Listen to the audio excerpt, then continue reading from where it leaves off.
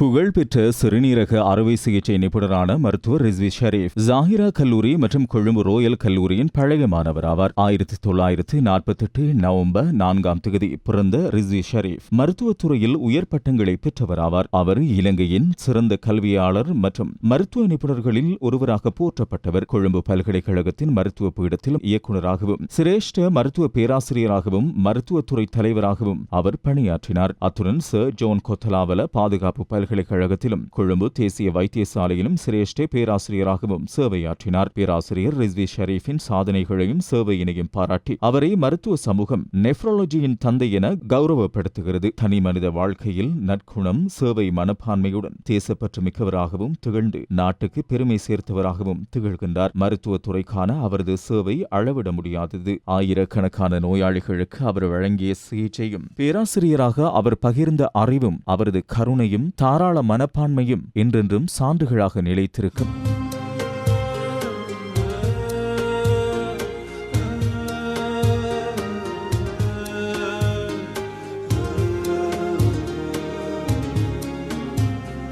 Do not make his qabr a pit hell, ya Rabbal Alameen. O Allah, forgive all his sins, ya Allah. O Allah, forgive all his sins, ya Allah.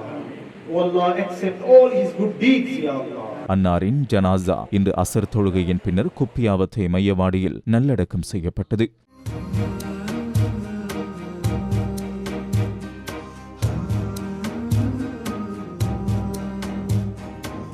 Almost the entire country, you can proudly say that they have got a kidney specialist in their district or province.